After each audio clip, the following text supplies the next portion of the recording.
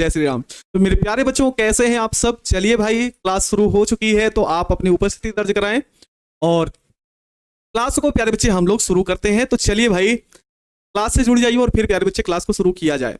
जैसा कि प्यारे बच्चों हम शुरू कर चुके हैं पृष्ठ रसायन, और पृष्ठ रसायन की आज ये दूसरी क्लास है और हम कोशिश करेंगे कि इस क्लास को जल्दी से जल्दी खत्म करके हम आगे बढ़ते हुए चलें। तो आज ये क्लास को हम वन लाइनर भी आज हम पढ़ने वाले हैं, आपको पहले बता दे रहे हैं प्यारे बच्चे, और साथ ही साथ जो सब्जेक्टिव क्वेश्चन बचे हैं उसको भी क्लियर करते हुए। तो कल ये चैप्टर हम आपको पहले बता दे रहे हैं कि प्यारे बच्चों कल ये चैप्टर खत्म हो जाएगा। तो चलिए भाई, सभी प्यारे बच्चे एक बार क्लास से जुड़ जाइए और फिर उसके बाद क्लास किया जाएगा। ठीक है, तो मेरे साथ प्यारे बच्चे जुड़ चुके हैं बबलू कुमार, प्रेम कुमार, आर्यन सिंह, चंद्रशेखर कुशवाहा, सलमान, आकाश कुमार, रोहित कुमार, मनदीप कुमार, स्नेहा झा, प्रेम कुमार, तनु सिन्हा, राजा बाबू, कुलदीप राज, अभिनव पटेल, प्रिंस। चलिए भाई, तो सभी प्यारे बच्चों को गुड आफ्टरनून है। और एक बार सभी प्यारे बच्चे लिखेंगे आप लोग कैसे हैं, बढ़िया है ना सब लोग? हाँ, कैसे हो आप सब? एकदम बढ़िया है ना सब लोग?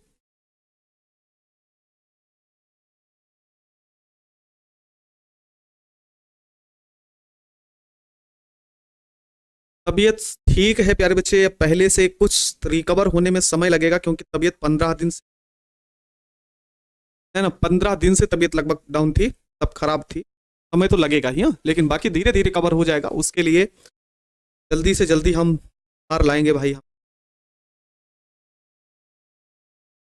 लाइन है प्यारे बच्चे कि क्या सफलता पाएगा वो, क्या सफलता पाएगा वो जो निर्भर है गैरों पर, मंजिल तो उनके कदमों में है जो चलता है खुद के पैरों पर। मेरे प्यारे बच्चे, दूसरों के भरोसे नहीं बैठना है, जो लक्ष्य आपको प्राप्त करना है वो प्राप्त आप ही को करना है। इस बात को आपको ध्यान रखना है कि दूसरे के भरोसे बैठे कोई काम होने वाला नहीं है, ठीक है ना? दूसरे के भरोसे बैठने से काम होने वाला नहीं है प्यारे बच्चों।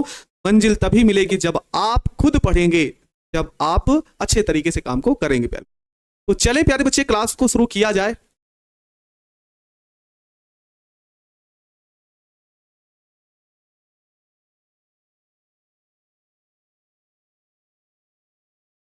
चले, ऑर्गेनिक की समस्या है, ऑर्गेनिक की भी समस्या हम दूर कर देंगे, आप परेशान मत हो। बस धीरे धीरे काफिला चलने दीजिए, आपको जितना बताया जाए आप उस पर फोकस बनाए रहिए। चलिए भाई, आज का जो टॉपिक होने वाला है प्यारे बच्चों वह है कोलाइड। आज हम पढ़ने वाले हैं कोलाइड के बारे में। तो कोलाइड होते क्या है प्यारे बच्चे, सब की बातें हम आज सीखने वाले हैं। ठीक है, तो चलो प्यारे बच्चे शुरुआत किया जाए कोलाइड से संबंधित। अब हम लोग चलते हैं भाई, ठीक है ना? अब बिना देरी के हम क्लास को शुरू करते हैं और पढ़ाना शुरू करते हैं। कोलाइड है क्या प्यारे बच्चों? तो कोलाइड कोई पदार्थ नहीं है ना, कोलाइड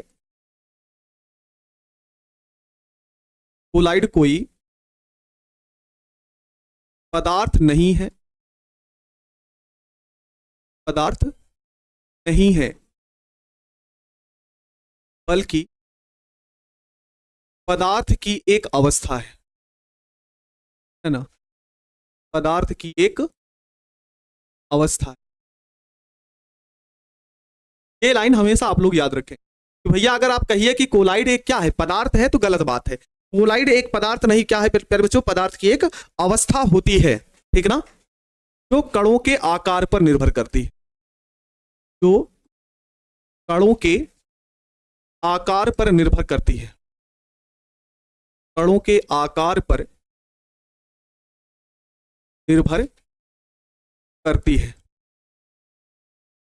अगर आपसे क्वेश्चन पूछा जाए कि ये तो भैया हो गया कि हाँ कोलाइड को ऐसे बोल दिए कि क्या है कि पदार्थ नहीं है बल्कि पदार्थ की एक अवस्था जो कणों के आकार पर निर्भर करती है, लेकिन ये तो कोई परिभाषा नहीं हुई कि हमको परिभाषा आपसे पूछा जाए कि भैया परिभाषा बताइए ना, तो परिभाषा क्या होगी प्यारे? तो यहाँ पे ध्यान से समझ, है ना, ऐसे पदार्थ आपको मिलेंगे। एक चर्मपत्र झिल्ली होती है प्यारे बच्चे, कैसे याद रखोगे? एक होता है चर्मपत्र झिल्ली, और अगर उस चर्मपत्र झिल्ली से विस्तृत नहीं होते तो उसी को आप कोलाइड विलेन कहते हैं। तो डिफिनीशन अथवा करके आप समझने के लिए कोलाइड की याद रखेंगे। भैया कोलाइड है क्या?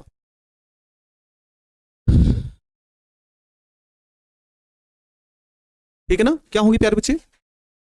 वे पदार्थ जिनके जलीय विलयन, वे पदार्थ जिनके जलीय विलयन,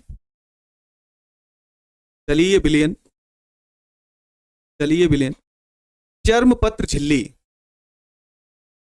चर्मपत्र झिल्ली से विसरित नहीं होते, से विसरित, विसरित का मतलब होता प्रवाहित, से विसरित नहीं होते, नहीं होते हैं, होते हैं, कोलाइड कहलाते हैं, कोलाइड कहलाते हैं। ये आप परिभाषा लिख सकते हैं और बहुत आसान भी है। वे पदार्थ जिनके जलीय विलयन चर्मपत्र झिल्ली से विसरित नहीं होते उन्हें आप क्या बोलते हैं? कोलाइड कहते हैं। ठीक ना? अच्छा, एग्जाम्पल क्या हो सकता है भाई, ताकि उदाहरण भी आपके लिए यहां पे इंपॉर्टेंट हो जाता है। उदाहरण, तो कुछ उदाहरण है जो इंपॉर्टेंट है प्यारे बच्चे आप सबके लिए। जैसे भैया कौन कौन से हो सकते हैं? जैसे गोंद हो गया, जैसे गोंद हो गया, है ना, एल्बुमिन हो गया, एल्बुमिन, एल्बुमिन, स्टार्च, प्रोटीन, ये सब। ठीक ना? इसको आप सभी याद रखिएगा ना, ये सब आप सभी याद रखिएगा। अच्छा प्यारे बच्चे, यहां से आपसे ज्यादातर कौन सा एग्जाम्पल आपसे पूछा गया है? तो ज्यादा से ज्यादा एग्जाम्पल ये वाला पूछा गया, गोंद। गोंद क्या है? एक प्रकार का कोलाइड होता है। ठीक ना? गोंद क्या होता है प्यारे बच्चों? एक कोलाइड होता है। तो क्या आप कोलाइड की डिफिनीशन समझ गए होंगे? तो एक बार यस करेंगे, फिर उसके बाद आगे बढ़ा जाए। अरे जैसे आप लोगों ने अर्धपारगम झिल्ली पढ़ा था ना प्यारे बच्चे, ठीक उसी प्रकार से चर्मपत्र झिल्ली भी होती है, समझे?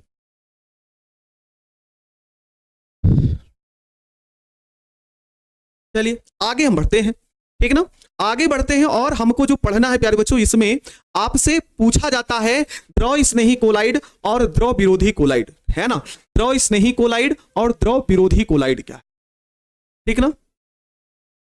द्रव स्नेही कोलाइड और द्रव विरोधी का मतलब समझिए प्यारे बच्चों, है ना? द्रव आप एक विलायक के रूप में मान सकते हैं, है ना? द्रव एक क्या है? विलायक के रूप। स्नेह का मतलब होता है प्यारे बच्चों प्यार या लगाव, है ना? स्नेही का मतलब यहां पे क्या अर्थ लगाएंगे प्यारे बच्चों? स्नेही से का अर्थ जो लगेगा लगाव या प्रेम से लगेगा। जो ऐसे कोई पदार्थ होते हैं, है ना, ऐसे कोई पदार्थ होते हैं प्यारे बच्चों कि जो विलायक के संपर्क में आते ही सीधे किसमें बदल जाए? कोलाइडी अवस्था में परिवर्तित हो जाते हैं। सीधी बात ऐसे लिख सकते हैं हम लोग, है ना? जो द्रव से स्नेह करे, जो द्रव से स्नेह करे उसी को आप क्या बोलेंगे? है ना? क्या बोलेंगे कि जैसे कोई पदार्थ आएंगे वो विलायक के संपर्क में आते ही वो किस में बदल जाएं? कोलाइडी अवस्था में परिवर्तित हो जाए। भाई यही तो है इसका मतलब, कोलाइडी अवस्था में क्या हो जाए प्यारे बच्चों? बदल जाए। तो वह है आपका होगा द्रव स्नेही कोलाइड। लेकिन यहीं पर द्रव विरोधी कोलाइड की बात करेगा। द्रव विरोधी मतलब जो द्रव का विरोध करे, अर्थात द्रव से प्यार ना करे, ऐसा समझ, है ना, लगाव ना हो। द्रव से लगाव होगा तो द्रव स्नेही कोलाइड बनेगा और द्रव से लगाव नहीं होगा तो द्रव विरोधी कोलाइड बनेगा। ठीक है ना?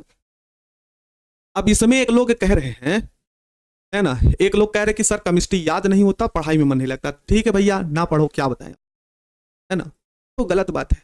पढ़ने का मन नहीं करता, सोचिए, अरे पापा से जाके बोलिए ना बबुआ, है ना, पापा से जाके बोलिए ये बात कि पापा हमको पढ़ने का मन नहीं करता, क्या बीतेगी उन, क्या बीतेगी, आप जाके सोचिए। ऐसे ऐसे कमेंट लिख देते हैं आप लोग, जाके पूछिएगा कि हमको पढ़ने का मन नहीं करता है, कितना तकलीफ होगा।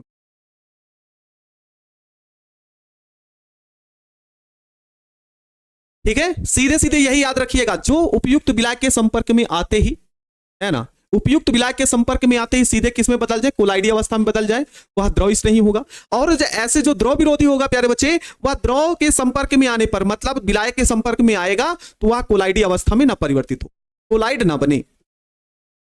ठीक ना? कोलाइड ना बने तो उसे आप क्या बोलेंगे? द्रव विरोधी कोलाइड। अच्छा प्यारे बच्चे, ये तो समझ गए होंगे, है ना?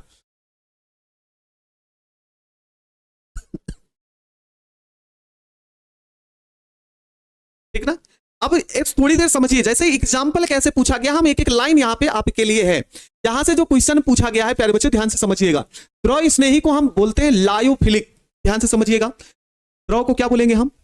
द्रव स्नेही को बोलेंगे लायोफिलिक, और द्रव विरागी जिसे हम बोलेंगे लायोफोबिक कोलाइड, ठीक ना। तो ये डिफिनीशन भी लिखे हैं और हम एक जैसे एग्जाम्पल है वो सारी चीजें यहाँ पे लिख दी हैं, ध्यान से समझिएगा प्यारे बच्चों। द्रव स्नेही कोलाइड का मतलब होता क्या है? क्या बोलेंगे प्यारे बच्चों? द्रव से स्नेही करने वाला, उसका जो अर्थ है उसे क्या बोलेंगे? द्रव से स्नेही करने वाला। अच्छा क्या है ये, जिसकी डिफिनीशन क्या है? डिफिनीशन यहां पे लिखे, कह रहा है कि वे कोलाइड जो उपयुक्त विलायक में सरलता से कोलाइडी अवस्था में क्या हो जाते हैं? परिवर्तित हो जाते हैं, द्रव स्नेही कोलाइड कहलाते। बोलो, सिंपल सा है ना। मतलब वे कोलाइडी पदार्थ या फिर वे पदार्थ जो उपयुक्त विलायक के संपर्क में आते ही कोलाइडी अवस्था में बदल जाए, ठीक ना, उसे आप क्या बोलोगे? द्रव स्नेही कोलाइड कहते। अच्छा और भी क्वेश्चन यहां से पूछे जा सकते हैं, इसलिए हमने इसको ऐड कर रखा है। अगला पॉइंट हमने यहां पे लिख रखा है, क्या ये किस प्रकृति के होते हैं? उत्क्रमणीय प्रकृति के होते हैं। किस प्रकृति के होते हैं प्यारे बच्चों? है ना, किस प्रकृति के होते हैं? उत्क्रमणीय प्रकृति के होते हैं। उत्क्रमणीय का मतलब एक बार उत्पाद बने और उत्पाद से इसमें चला जाए, है ना, एक उत्पाद बने और उत्पाद बनने के बाद अभिकारक मतलब मूल अवस्था में भी प्राप्त हो सके, तो ऐसा भी कह सकते हैं उत्क्रमणीय। क्या कैसा होता है प्यारे बच्चों? तो ध्यान रखिएगा, द्रव स्नेही कोलाइड अधिक अस्थायी होते हैं। कितना अस्थायी प्यारे बच्चों? अधिक अस्थायी होते हैं। अच्छा कौन कौन से द्रव स्नेही कोलाइड है? जैसे गोंद हो गया, है ना, जैसे जिलेटिन हो गया और जैसे प्रोटीन हो, ये सब के सब क्या है प्यारे बच्चों? द्रव स्नेही। सिंपल सा है प्यारे बच्चे, आप इसको याद कर सकते हो। द्रव स्नेही उपयुक्त विलायक के संपर्क में आते ही किस में बदल जाए, है ना, कोलाइडी अवस्था में बदल जाए। ये आप लोग याद रख लेंगे प्यारे, ठीक है। क्वेश्चन कैसे पूछा गया वो भी हम आपको बताते हैं। अब इसी प्रकार से द्रव विरोधी कोलाइड क्या है? अब द्रव विरोधी जो द्रव का विरोध करे, अर्थात द्रवों से क्या करे? घृणा करे, प्रेम ना करे, वह द्रव विरोधी होता है, ठीक ना, वह द्रव विरोधी होता है।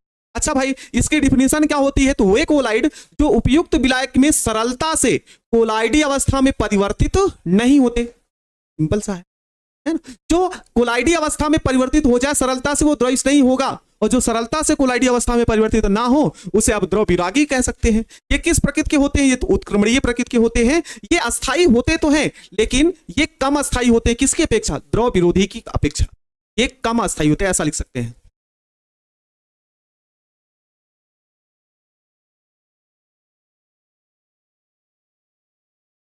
ये कम अस्थायी होते हैं, लिख सकते हैं यहां पे, ये कम अस्थायी होते। इसके अंतर्गत क्या आता है प्यारे बच्चों? धातु सल्फाइड आता है। अच्छा भाई धातु सल्फाइड में कौन कौन सा? जैसे आपका है ना गोल्ड का, सोने का, सिल्वर का, प्लेटिनम का, इन सब धातुओं के सल्फाइड के कोलाइडी विलयन द्रव विरोधी कोलाइड विलयन के अंतर्गत आते हैं। क्या आप लोगों ने ये बताइए पहले, क्या आप लोगों ने द्रव विरोधी कोलाइड के बारे में समझ लिया, जिसे आप बोले हैं द्रव विरागी, द्रव विरागी और द्रव स्नेही? कोई दिक्कत होगी तो बताइए आप लोग। सिंपल सी परिभाषा ही आपसे पूछी जाएगी प्यारे बच्चों। द्रव विरोधी क्या है? जो उपयुक्त विलायक के संपर्क में आने पर आसानी से कोलाइडी अवस्था में ना बदले, वह द्रव विरागी होता है। और द्रव स्नेही क्या होता है? जो उपयुक्त विलायक के संपर्क में आते ही द्रव स्नेही अर्थात कोलाइडी में बदल जाए, ठीक है ना। चलिए यहां तक क्लियर है? तो चलिए भाई हम अगला जो क्वेश्चन पढ़ेंगे प्यारे बच्चों, अगला जो क्वेश्चन पढ़ेंगे, आपसे क्वेश्चन पूछा गया है कोलाइड बनाने की क्या लिखिए? विधि लिखिए। क्या लिखना है प्यारे बच्चों? कोलाइड बनाने की आपको विधि लिखनी है। तो एक विधि हम आपको पढ़ा देते हैं। यहां से ऑब्जेक्टिव भी आपसे पूछता है ना, ऑब्जेक्टिव भी आपसे पूछता है प्यारे बच्चों। तो एक विधि लिखना है प्यारे बच्चों, जिसे हम बोलेंगे विद्युत ब्रेडिंग आर्क विधि। विद्युत ब्रेडिंग आर्क विधि।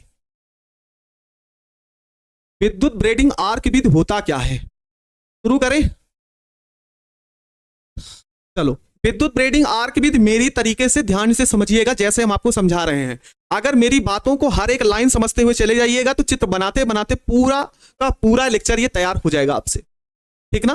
ये कभी कभी क्वेश्चन 5 नंबर में भी ले जाके इसको क्वेश्चन पूछ सकता है, 3 नंबर तक जा सकता है, कोई जरूरी नहीं कि 2 ही नंबर में चले, ये 3 नंबर तक का क्वेश्चन बन सकता है। कब? जब 2 टॉपिक जोड़ेगा लॉन्ग क्वेश्चन में, ठीक है। तो ध्यान से समझिएगा प्यारे बच्चों। क्या है प्यारे बच्चों?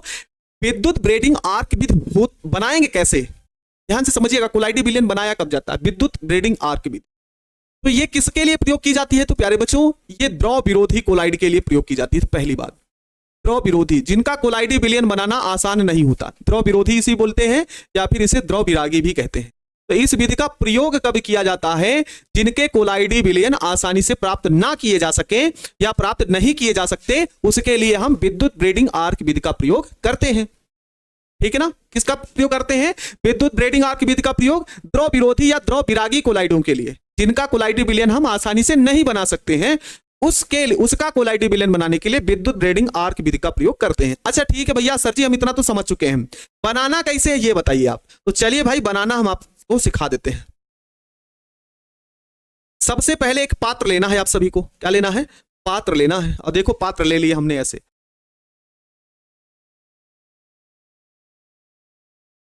सबसे पहले एक पात्र ले लीजिए।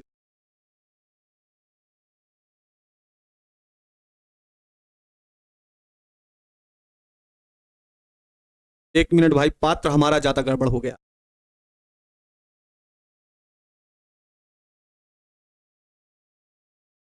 ये हो गया हमारा पात्र।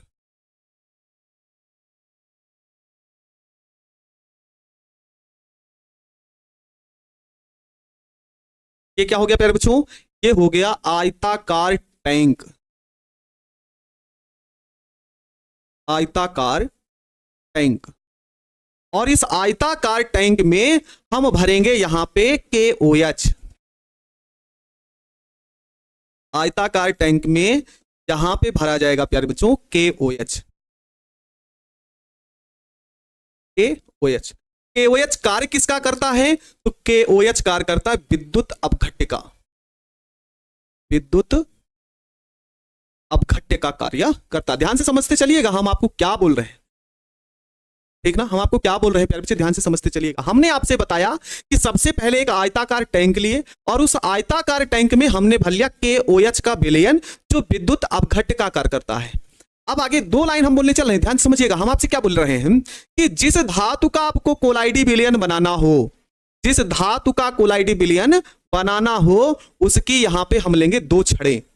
जिस धातु का कोलाइडी विलयन बनाना होगा उसकी हम लेंगे यहां पर दो छड़ें। यहां पर एक को मान लेंगे माइनस और एक को मान लेंगे प्यारे बच्चों प्लस। ठीक है? एक को मानेंगे माइनस और दूसरे को मानेंगे प्लस। इतना कुछ करने के बाद, ठीक ना, इतना कुछ करने के बाद हम क्या करेंगे प्यारे बच्चों, इस पूरे पात्र को बर्फ के टुकड़ों के मध्य ले जाकर के हम रख देंगे। बर्फ के टुकड़ों के मध्य ले जाकर हम यहां पर रख देंगे। देखिए यहां पर ये हो गए बर्फ के टुकड़ों के मध्य ले जाकर यहां पर हमने क्या कर दिया प्यारे बच्चों, रख दिया। एकदम आसान भाषा में जैसे जैसे चित्र बनाते जाओ वैसे वैसे इसको लिखते जाओ। ये आपका हो गया बर्फ के टुकड़े। एक बर्फ के टुकड़ों के मध्य, बस बर्फ के टुकड़ों के मध्य रख देते। ठीक है? ठीक है, बर्फ के टुकड़ों के मध्य रख दिए। अब कहानी शुरू होगी क्या प्यारे बच्चों, कि हम यहां से ये जो हम छड़े लगाए हैं, जिसका कोलाइडी विलयन बनाना होता है, उसी के मध्य यहां से प्रवाहित की जाती है धारा, और बहुत तेज धारा प्रवाहित की जाती है। मतलब बहुत ही ज्यादा धारा यहां पे प्रवाहित की जाएगी। और जब प्यारे बच्चों यहां पर धारा प्रवाहित होगी तो यहां पर ये जो छड़े लगी वो हीट होंगी। क्या होंगी प्यारे बच्चों? हीट होंगी। और हीट होने के बाद यहां से कुछ वाष्प जब ज्यादा होगी, जब बहुत ज्यादा हीट हो जाएगी धातुएं, तो उसकी वाष्प निकलना क्या हो जाएंगी, प्रारंभ हो जाएंगी। तो वही धातु जब बहुत ज्यादा गर्म हो जाएंगे तो वह धातु वाष्पित होना शुरू हो जाएंगी, और वाष्पित हो जाएंगी प्यारे बच्चों तो ये किसके जल के संपर्क में आएगी, KOH, जो यहां पर विलयन भरा है उसके संपर्क में आएगा और तैयार हो जाएगा धातु का कोलाइडी विलयन। धातु का कोलाइडी विलयन बोलो, बना सकते हैं आप लोग। उसके बाद बनकर तैयार हो जाएगा धातु का कोलाइडी विलयन। बोलिए कोई दिक्कत हुई हो आप लोगों को? दिया कुमारी कोई विश क्यों नहीं कर रहा है? ठीक है प्यारी बच्ची, आज जन्मदिन है तो आपको जन्मदिन की ढेर सारी शुभकामनाएं, ढेर सारा आशीर्वाद, ढेर सारा प्यार। हमेशा खुश रहें और अच्छे से आप पढ़ाई को करते रहें। चलो प्यारे बच्चे।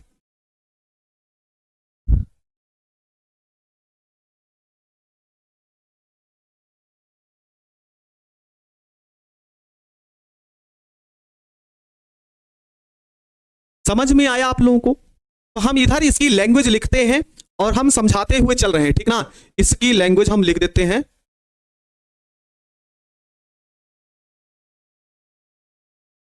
अच्छा, हमको लगता है छोटा नहीं होने वाला है, होगा भाई, सा छोटा हो।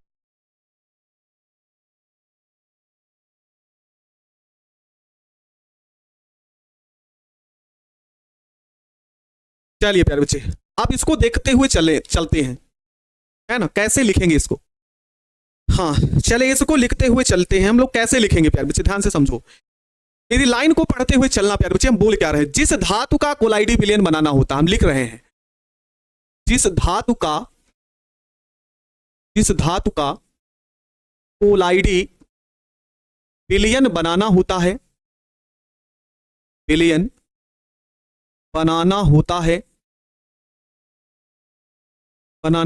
होता है, उसकी दो छड़ें लेते हैं, उसकी दो छड़ें लेते हैं, ठीक है, दो छड़ें लेते हैं। ऐसे ही तो बोले प्यारे बच्चे, हम यहां पे क्या बोले, है ना, क्या बोले कि जिस धातु का कोलाइडी विलयन बनाना होता उसकी क्या लेते हैं, दो छड़ें लेते हैं, और उन दो छड़ों को, है ना, क्या करेंगे प्यारे बच्चों, दो छड़ें लेते हैं, उन दो छड़ों को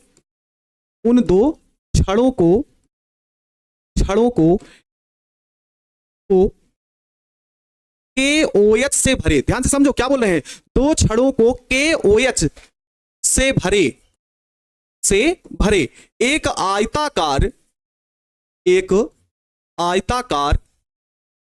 टैंक में ले जाकर डुबा देते हैं, या फिर आयताकार टैंक में डुबा देते हैं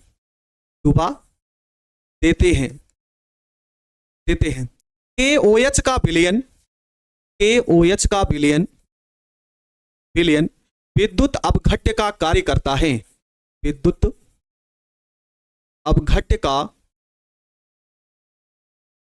कार्य करता है ना, धारा प्रवाहित करने का कार्य समझ लीजिए विद्युत अपघट्य का होता है। हाँ, बर्फ के टुकड़ों से गर्म कैसे हो रहा है सर? अच्छा, अभी बताते हैं बर्फ के टुकड़ों से गर्म कर रहे हैं कि हम कहां से गर्म कर रहे हैं, रुकिए बताते हैं, ठीक है ना। विद्युत अपघट्य का कार्य करता है। प्यारे बच्चों, अब काफी बच्चों के मन में है कि सर ये विद्युत अपघट्य है ना, बर्फ के टुकड़ों से कैसे गर्म हो रहा है? अच्छा भाई, ये तो गलत बात है। विद्युत अपघट्य बर्फ का टुकड़ा ठंडा करने का कार्य होता है ना, तो क्या करता है, विद्युत अपघट्य का कार्य करता है। अब आगे क्या होगा, इन दोनों छड़ों के मध्य धारा प्रवाहित करते हैं, तो क्या लिखेंगे यहां पे, दोनों छड़ों के मध्य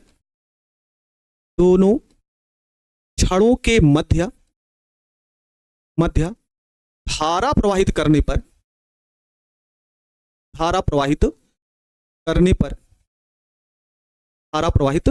पर धातुएं या धातु की छड़ें वाष्पित होने लगती हैं, अपनी लैंग्वेज में लिखो, होने लगती हैं, ठीक है। अब जब धातुओं की छड़ें क्या होंगी प्यारे बच्चों, वाष्पित होंगी। वाष्प जब होगा तो प्यारे बच्चों उसको ठंडा करने के लिए, है ना, उसको ठंडा करने के लिए हम यहां पे लगाए हैं बर्फ के टुकड़े, है ना, धारा प्रवाहित करते हैं जिससे विद्युत आर्क उत्पन्न होता है, या फिर ऐसे भी लिख सकते हैं धातुओं की छड़ें वाष्पित होने लगती हैं। अब ये बहुत वाष्पित होंगी तो जो भी वाष्प बनेगी उसको ठंडा करने का कार्य बर्फ के टुकड़े का होगा। भाई वाष्प है तो उसको द्रव रूप में भी तो बदलना पड़ेगा, है ना, द्रव रूप में बदलना पड़ेगा प्यारे बच्चे, तो द्रव रूप में बदलने के लिए हम बर्फ के टुकड़े लगा देते हैं। छड़ें वाष्पित होने लगती हैं जो बर्फ के मध्य रखे होने के कारण, बर्फ के मध्य रखे होने के कारण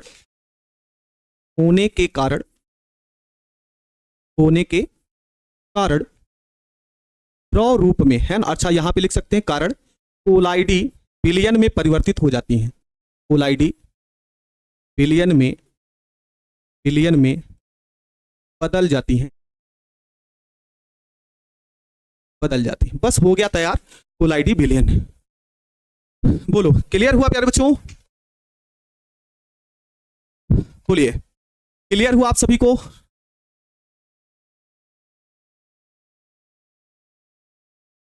तभी प्यारे बच्चे एक बार बताएंगे कि हाँ सर क्लियर है, तो फिर हम लोग आगे बढ़ेंगे। यही होता है प्यारे बच्चों, जिसका हमको कोलाइडी बिलियन बनाना होता है उसकी 2 छड़ें लेते हैं और उन दोनों छड़ों को केओएस से भरे एक आयताकार टैंक में ले जाकर डुबा के रख देते हैं, ठीक है। और फिर उसे बर्फ के टुकड़ों के मध्य रख दिया जाता है।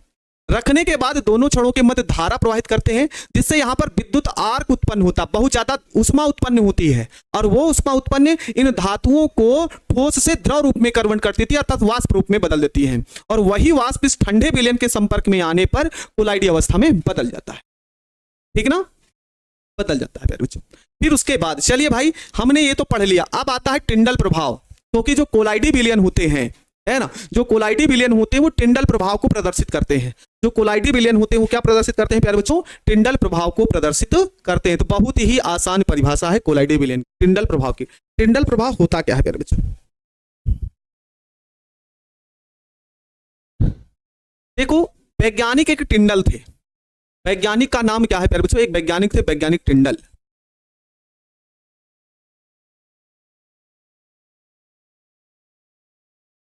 वैज्ञानिक टिंडल थे, वैज्ञानिक टिंडल थे। वैज्ञानिक टिंडल ने किया क्या वो आपको बताते हैं। इन्होंने क्या किया भैया? 2 प्रकार के विलयन का प्रयोग किया। कितने विलयन का? 2 प्रकार के विलयन का प्रयोग।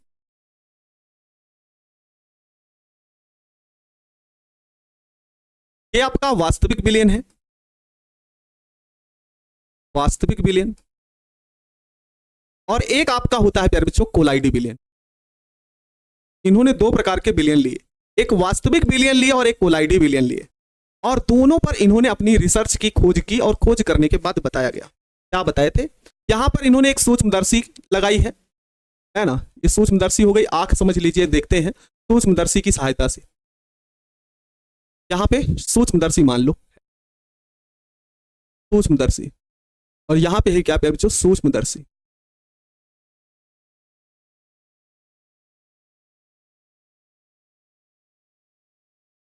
ठीक है। अब क्या करते हैं कि यहां से प्रकाश का स्रोत रखते हैं, और यहां से प्रकाश की किरणों को भेजा गया।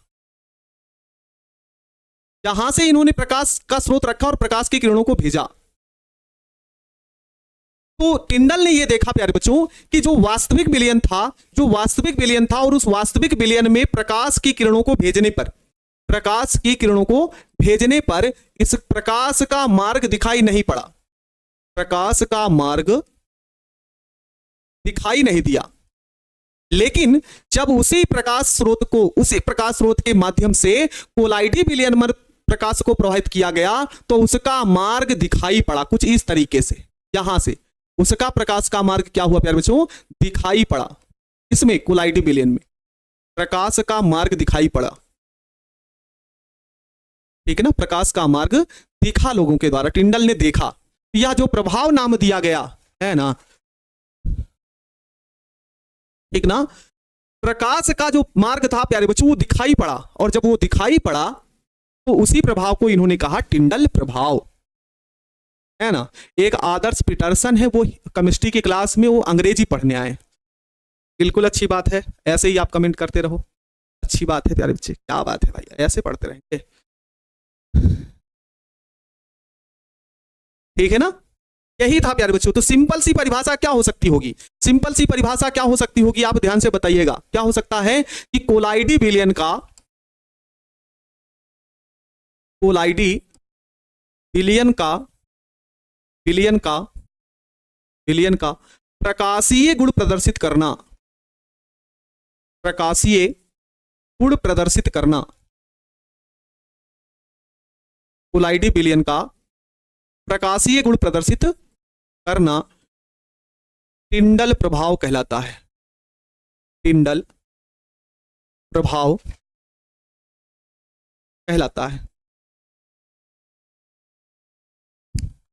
ये क्यों होता है ना, ये क्यों होता है प्यारे बच्चे? तो प्रकाश के प्रकीर्णन के कारण, ठीक ना, प्रकाश प्रकीर्णन के कारण ये व्यवस्था अपनाई गई, अर्थात जो कोलाइडी विलयन होते हुए प्रकाशीय प्रकीर्णन के कारण होता है।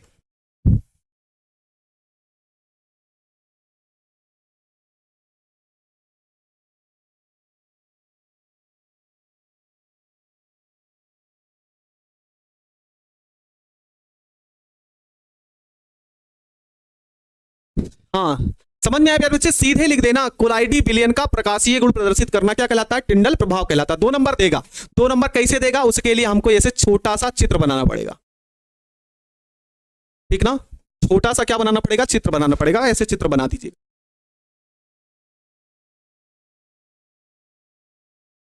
देखो, साइंस में महाभारत नहीं लिखना है, जो फैक्ट है उसी पर काम करना है, और उसी पर जितना नंबर भाई, जितने नंबर आप तुम दोगे हम उसी हिसाब से लिखेंगे। मेरे कहने का मतलब यही है। ये हो गया आपका प्रकाश स्रोत, यहां पे ऐसे बना देना।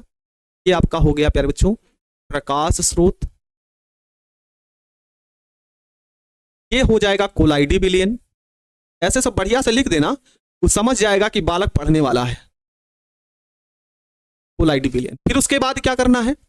उसके बाद यहां से एक प्रकाश की स्रोत चलेगी, बढ़िया से सजा देना ऐसे। यहां से एक प्रकाश स्रोत निकलेगी और उसको बढ़िया से ऐसे सजा देना। इसको ऐसे कलर कर देना। ये शंकु की भांति आपको दिखाई पड़ रहा होगा, अगर आप देख रहे होंगे तो शंकु की भांति दिखाई पड़ता है, इसलिए इसका नाम है क्या प्यारे बच्चों? इसका नाम है टिंडल शंकु।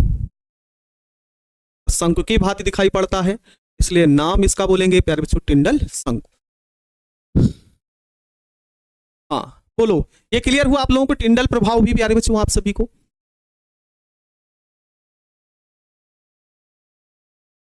बोलिए एक बार यस करिए तो फिर आगे बढ़ा जाए भाई। हाँ ठीक है, चलिए हम आगे बढ़ते हैं। ये तो सिर्फ एक एग्जांपल के तौर पे था, लिखना आपको ये वाला है। टिंडल शंकु, ये जो शंकु के आकार का बनता है इसलिए इसका नाम टिंडल शंकु दिया है, गया नाम है। चलिए आगे बढ़ते हैं। अगली डिफिनेशन है प्यारे बच्चों स्कंदन, है ना? और स्कंदन हमको लगता है कि सब लोग किए होंगे और सब लोग घर में यूज भी कर चुके हो, ठीक ना?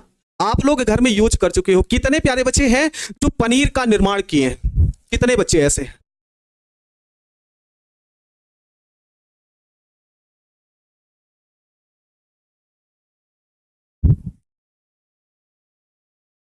बताइए कितने प्यारे बच्चे पनीर का निर्माण किए हैं?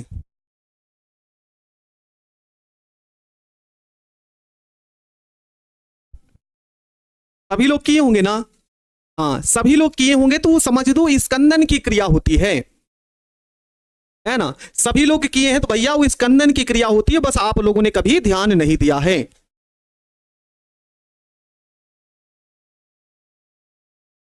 बनाए हैं ना? बनाए होंगे तो प्यारे बच्चों पहले इसकी छोटी सी डिफिनेशन जो लिखे वो हम आपको बता देते। क्या है भैया? कि वह प्रक्रिया जिसमें कोलाइडी विलयन के प्रचित प्रवस्था के रूप में कोलाइडी कणों के विलयन में अवक्षेपित हो जाती है। ये थोड़ा सा आपको कठिन लगेगा, तो स्कंदन हम यहां पे आपको समझाते हैं, ठीक ना? ये क्या है प्यारे बच्चों? स्कंदन आपको यहां पे समझाते हैं, आपको एकदम आसान भाषा में ये समझ में आ जाएगा स्कंदन, ठीक है प्यारे बच्चों? जो स्कंदन होता है, जैसे मान लो कोई विलयन है यहां पे भरा, यहां पे विलयन भरा, ध्यान से समझिए मेरी बात। यहां पे मान लो कोई विलयन भरा है और ये विलयन के हो गए कण।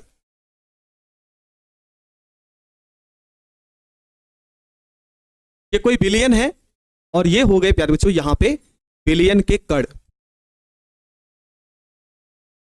कोलाइडी विलयन भरा गया है यहां पे, कोलाइडी विलयन। ये जो कोलाइडी विलयन होते हैं, ये जो कोलाइडी विलयन क्या है प्यारे बच्चों होते हैं, इन पर समान प्रकार का आवेश है। मान लो यहां पर प्लस है तो सब जितने भी आवेश, जितने भी कण हैं उनमें सब पर भी कैसा आवेश है? प्लस आवेश ही है। सब पर क्या है प्यारे बच्चों? प्लस आवेश है। समान प्रकार का आवेश होता है, अगर प्लस है तो प्लस ही रहेगा, माइनस है तो माइनस ही रहेगा, ठीक है? समान आवेश होने के कारण, ठीक ना? आवेश कैसा है प्यारे बच्चों? समान। और अगर समान आवेश है, ठीक ना? क्या है प्यारे बच्चों? समान आवेश, समान आवेश है। और यही समान आवेश कोलाइडी विलयन को अस्थाई बनाता है, ठीक ना? समान आवेश ही इसको क्या बनाता है? अस्थाई बनाता है, ठीक है? अस्थाई है। अब इसको हमको अस्थाई करना है। क्या करना है प्यारे बच्चों? अस्थाई करना है। कैसे अस्थाई कर सकते हो? इसके आवेश को खत्म कर दो, कोई अशुद्धि लाकर मिला दो। जैसे दूध को पनीर में बदलते हो तो उसके लिए दूध ले जाकर जो उसकी फैट होती है, जो वसा होती है, वो बिखरी होती है। जो उसकी है ना, दूध का जो फैट होता है प्यारे बच्चों, वो अलग अलग दूर दूर होता है, तो उसमें हम ले जाकर थोड़ा सा कोई अम्ल डाल देते हैं, नींबू का रस निचोड़ देते हैं, ठीक ना। नींबू का रस निचोड़ देते हैं तो क्या होता है कि जो फैट होती है, जो वसा होती है, वो इकट्ठा हो जाती है। मतलब जो समान प्रकार का आवेश था वो समाप्त हो गया। जो समान प्रकार का आवेश था प्यारे बच्चों, वो समाप्त हो गया और वो कण सब के सब क्या हो गए, इकट्ठा हो गए, है ना। ऐसा ही तो होता है, ऐसा ही तो होता है। तो अब हम क्या करेंगे, इसमें हम क्या करेंगे, इसके आवेश को या तो कम कर दें, है ना, आवेश को क्या कर दिया जाए, कम कर दिया जाए, या फिर इसके आवेश में अनियमितता लाई दी जाए, या तो खूब बढ़ा ही दिया जाए।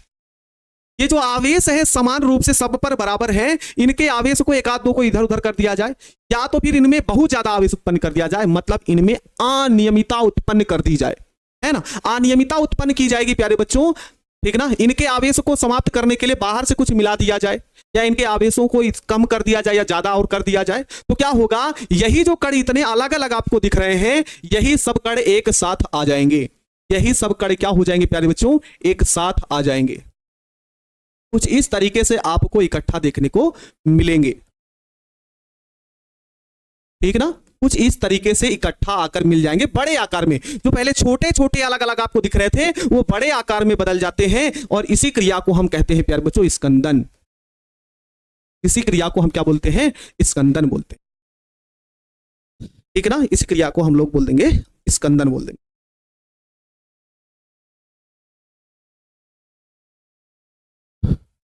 बोलो, समझ में आया, समझ में आया प्यारे बच्चों। स्कंदन होता क्या है,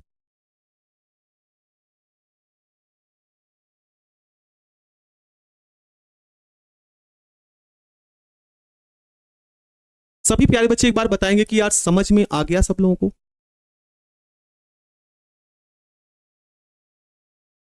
ठीक है, तो वही लिखा गया है प्यारे बच्चों यहां पर, है ना। वही लिखा गया है कि वह प्रक्रिया जिसमें कोलाइडी विलयनों के प्रचित प्रवस्था के रूप में कोलाइडी कणों का विलयन द्वारा अवक्षेपित हो जाना, अवक्षेपित हो जाना, जो बड़े आकार में वो अवक्षेपित हो जाए, तो इस क्रिया को हम क्या बोलते हैं, स्कंदन कहते हैं, ठीक है ना। तो एक बार ये डिफिनेशन आप लोग देख लीजिएगा। चलिए भाई, अब हम लोग आगे देखते हैं। देखो, यहां से आपके एक आध नंबर के क्वेश्चन आपको मिलने के पूरे संभावना। देखो यहां पे निम्नलिखित पर संक्षिप्त टिप्पणी आपको लिख दी है, निम्नलिखित पर संक्षिप्त टिप्पणी लिखिए। हर एक हेडिंग दो दो नंबर की है, ये नहीं है कि एक साथ है, हर एक हेडिंग दो दो नंबर की है, हर एक हेडिंग दो दो नंबर की है। आपसे ये सब अलग अलग से क्वेश्चन पूछ सकता है कि भैया बताइए हार्डी सुलझे का नियम क्या है, स्वर्ण संख्या किसे कहते हैं, रक्षण या रची कोलाइड किसे कहते हैं, वैद्युत कण संचलन किसे कहते हैं।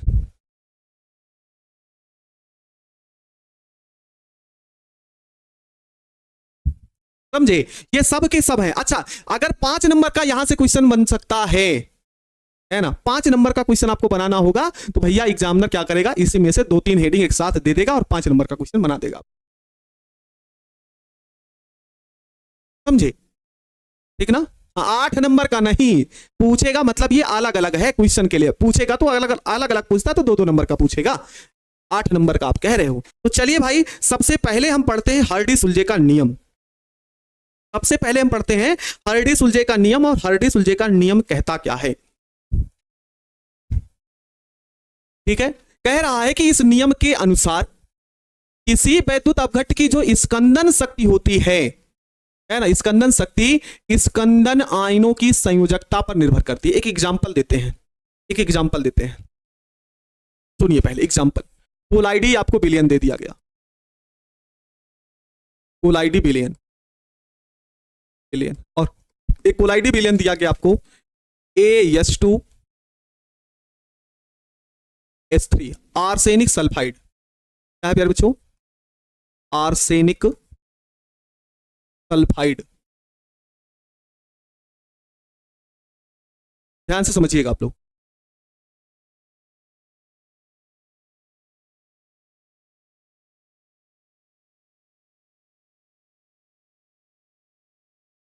ठीक है। आर्सेनिक सल्फाइड आपको एक कोलाइडी विलयन दिया गया है। अब एग्जांपल मेरे समझिएगा कि इसका हम हर्डी सुलजे का नियम पढ़ रहे हैं और हर्डी सुलजे का नियम एग्जांपल से ही समझ सकते हैं। ठीक है, यहां पर भी हमने भरा है, ये एक पात्र ले लिए और इस पात्र में भरा है प्यारे बच्चों AH2S3 आर्सेनिक सल्फाइड का विलयन। फिर हमने एक पुनः पात्र लिया है, इसमें भी हमने भरा है आर्सेनिक सल्फाइड AH2S3 का विलयन। इसी प्रकार से यहां पे विलयन भरे हैं आर्सेनिक सल्फाइड AH2S3 का विलयन। यहां पे हम एक विद्युत अपघट्ट मिला रहे हैं, हमको स्कंदन करना है। हमको क्या करना है प्यारे बच्चों, इसका स्कंदन करना है। इन सब का हमको करना है स्कंदन, और स्कंदन करने के लिए हमको जरूरी है एक विद्युत अपघट्ट। हमको स्कंदन करने के लिए जरूरी है विद्युत अपघट्ट। तो यहां पर हमने आपको दे दिया विद्युत अपघट्ट के रूप में NaCl, यहां पर हमने दे दिया प्यारे बच्चों BaCl2 बेरियम क्लोराइड, और यहां पर हमने दे दिया आपको विद्युत अपघट्ट के रूप में AlCl3 एल्यूमिनियम क्लोराइड।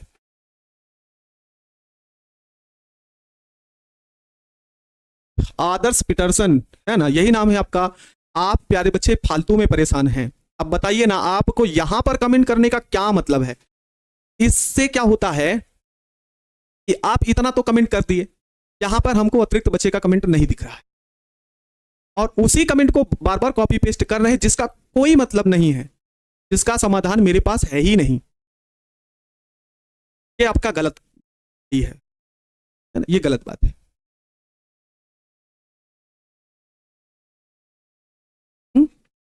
अब स्कंदन करना है प्यारे बच्चों, आप ध्यान से समझो। बताइए कि कौन ऐसा विद्युत अपघट्ट होगा जो स्कंदन शीघ्रता से करेगा? सब में वही है, सब में बातें वही हैं। यहां पर भी आर्सेनिक सल्फाइड ही है, यहां पर भी आर्सेनिक सल्फाइड है, यहां पर भी आर्सेनिक सल्फाइड ही है, लेकिन अलग अलग विद्युत अपघट्ट का प्रयोग किया गया कि में NaCl, दूसरे में BaCl2 और एक में भरा गया AlCl3। तो इसके लिए बताया किसने? हर्डी सुलजे ने बताया। स्कंदन कौन जल्दी करेगा, इसको बताया हर्डी सुलजे ने।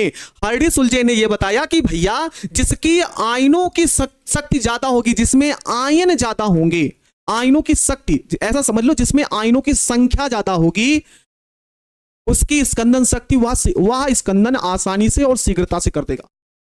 वह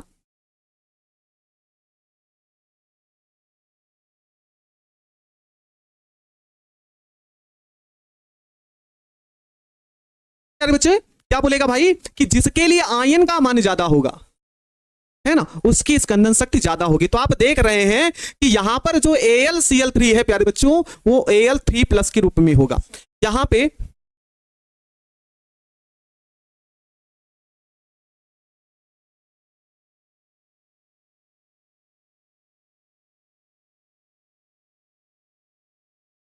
ठीक है, यहां पर BaCl2 है बेरियम क्लोराइड, तो यहां पर आयन Ba2+ आएगा, और यहां पर NaCl है तो Na+ आएगा। अगर आपसे पूछा जाए कि स्कंदन शक्ति है ना, स्कंदन शक्ति क्या है प्यारे बच्चों, तो सबसे ज्यादा स्कंदन शक्ति किसकी ज्यादा होगी? जिसमें आयन ज्यादा होंगे। AlCl3+ की स्कंदन शक्ति सबसे ज्यादा होगी। उसके बाद किसकी होगी प्यारे बच्चों? तो उसके पास बाद होगी Ba2+ की, और उससे सबसे कम किसकी होगी? Na+। यही हर्डी सुलजे ने हमको बताया है, ठीक ना। इसी यही बात को हमने हर्डी सुलजे से पढ़ा है भैया कि जिसके लिए आयनों की शक्ति ज्यादा होगी, आयन ज्यादा होगी प्यारे बच्चे, उसी के लिए क्या होगी? स्कंदन शक्ति का मान ज्यादा होगा। बस खत्म है, ठीक है ना। ये आपको समझना है, यही आपको हर्डी सुलजे ने बताया है प्यारे बच्चे। यहां पे इस नियम के अनुसार किसी विद्युत अपघट्ट की स्कंदन शक्ति स्कंदन आयनों की संयोजकता पर निर्भर करती है, ठीक ना, स्कंदन आयनों की संख्या पर निर्भर करती है। वही लिखा गया, स्कंदन आयनों की संख्या जितनी अधिक होगी, स्कंदन करने की क्षमता भी उसकी क्या होगी प्यारे बच्चों? ज्यादा होगी। जैसे यहां पर AlCl3+ की सबसे ज्यादा है, फिर Ba2+ की ज्यादा है, और फिर Na+ की है। ये आपको याद रखना है। बोलिए, समझ में आया? हर्डी सुलजे का नियम समझ में आया प्यारे बच्चे आप सभी को? एक बार सभी प्यारे बच्चे बताएंगे, क्लियर है ना?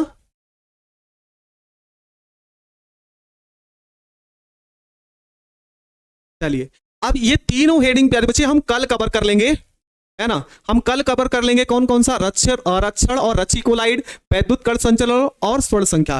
ये तीनों हेडिंग हम लोग कल पढ़ लेंगे, ठीक ना। अब आप वन लाइनर पर आ जाइए, है ना। अब हम लोग वन लाइनर पढ़ेंगे, ये तीन हेडिंग कल हम पढ़ लेंगे। चलो अब याद करते हुए चलो, ये छोटे छोटे पॉइंट हैं, छोटे छोटे पॉइंट हैं और याद करते हुए चलना है हमको, ठीक है। अधिशोषण कैसी प्रक्रिया है, तो अधिशोषण की जो क्रिया होती है प्यारे बच्चों वो सतही घटना के रूप में होती है। किस घटना के रूप में, सतही घटना के रूप में होती है, ये हमको याद रखना है। अच्छा भैया चलिए और देखते हैं दूसरा कैसी प्रक्रिया है प्यारे बच्चों। तो अगर आपसे पूछे अवशोषण कैसी प्रक्रिया है, तो स्थूल घटना है, ये भी आपको पता है। स्थूल अंदर वाला भाग होता है, कैसा भाग होता है, अंदर का भाग होता है। अधिशोषण कैसा प्रक्रम है, तो अधिशोषण जो होता है प्यारे बच्चों वह आपका होता है ऊष्मा शोषी। अधिशोषण जो होता है ऊष्मा शोषी होता है ना। ये गड़बड़ लिख दिए हैं, एक चीज गड़बड़ लिख दिया है, यहां पर ये गड़बड़ लिख दी है भाई। अधिशोषण कैसा होता है, ऊष्मा छेपी होता है, ऊष्मा छेपी होता है। वही तो हम सोच रहे हैं कि कहां से गड़बड़ लिख दी, ठीक है प्यारे बच्चे। तो अधिशोषण कैसा होता है, ऊष्मा छेपी होता है, ठीक ना। अधिशोषण कैसा होता है, ऊष्मा छेपी होता है। अच्छा प्यारे बच्चे, भौतिक अधिशोषण, ठीक ना, भौतिक अधिशोषण में लगभग ऊष्मा उत्सर्जित होती है ना। ऊष्मा क्या होती है प्यारे बच्चों, उत्सर्जित होती है। बड़ी टाइपिंग मिस्टेक हो, कोई बात ना है प्यारे बच्चे, होता है। अब पढ़ा हम सही कर लेते हैं, ठीक ना। क्या बोलेंगे, भौतिक अधिशोषण में लगभग ऊष्मा उत्सर्जित होती है, तो कितना होती है प्यारे बच्चों, 20 से 40 किलो जूल प्रति मोल, 20 से 40 किलो जूल प्रति मोल। अच्छा नहीं दिखाई पड़ रहा है,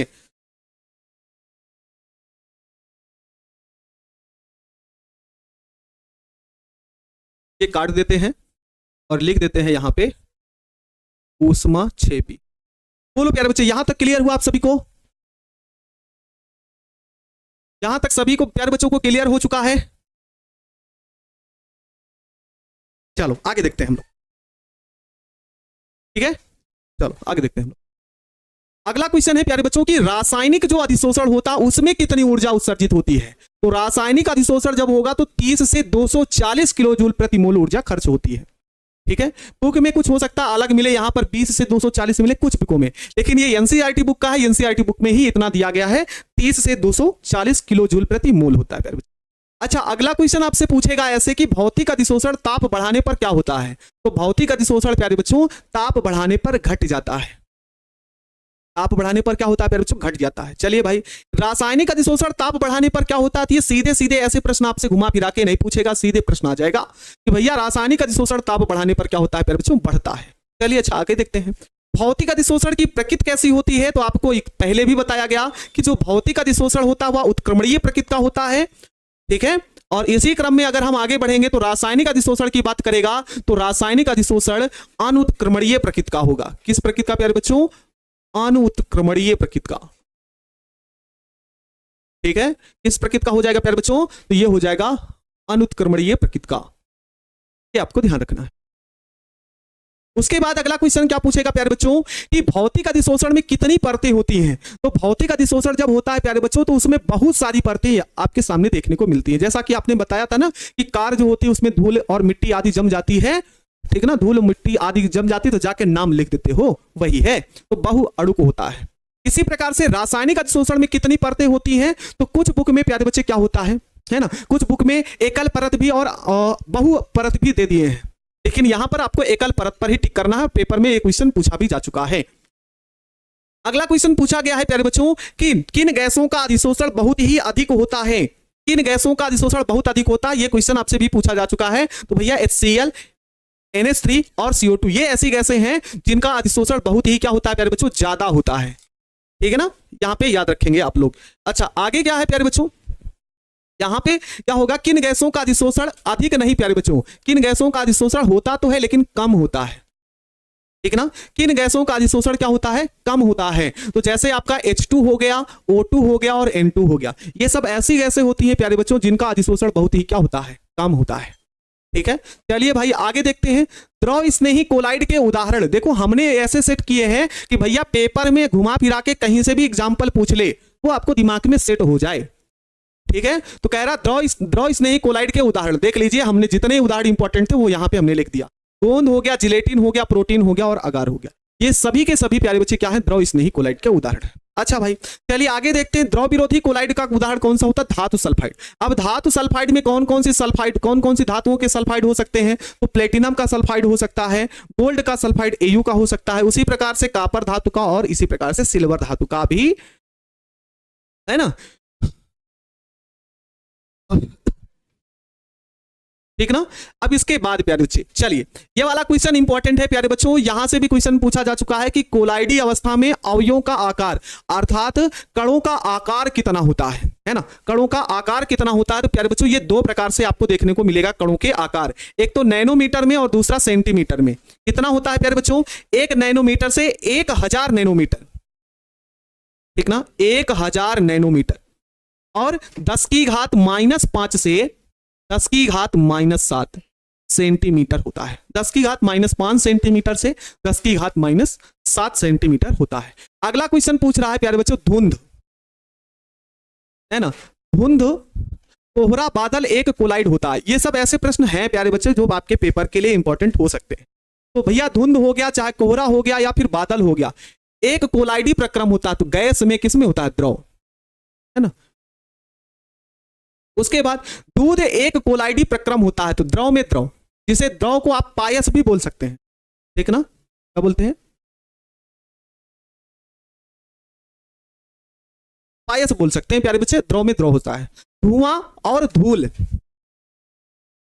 धुआं और धूल एक कोलाइडी प्रक्रम होता है।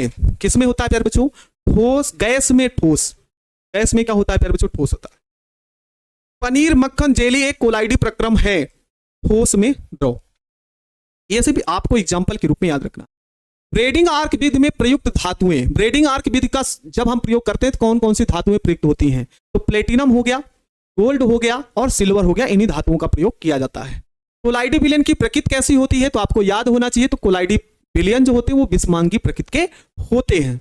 अगला क्वेश्चन है प्यारे बच्चों की, कह रहा है कि किसी अभिक्रिया में उत्प्रेरक का कार्य होता है। उत्प्रेरक कार्य क्या करते हैं, तो उत्प्रेरक का कार्य होता है वेग को परिवर्तित करना, अर्थात वेग को बढ़ाना और घटाना, ये आपका होता है।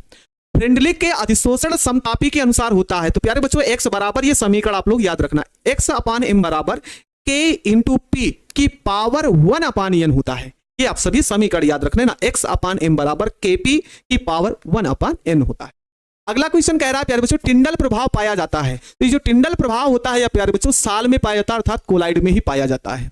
कोलाइडी विलयन की शोधन की विधि कौन कौन सी होती है, तो एक होता है अपोहन और दूसरा होता है निस्यंदन, जिसे हम बोलते हैं अति सूक्ष्म फिल्टरन। अगला है प्यारे बच्चों कि जो पदार्थ जल का पृष्ठ तनाव कम कर देते हैं उसे हम बोलते हैं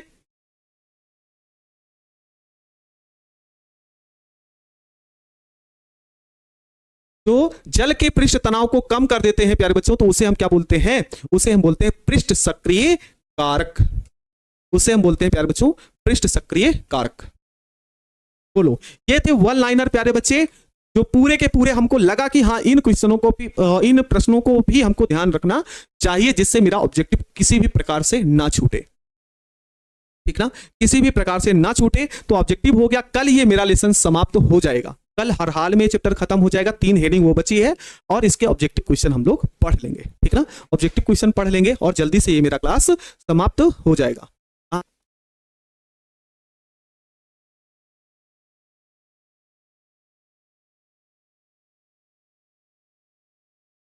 ठीक है ना प्यारे बच्चे।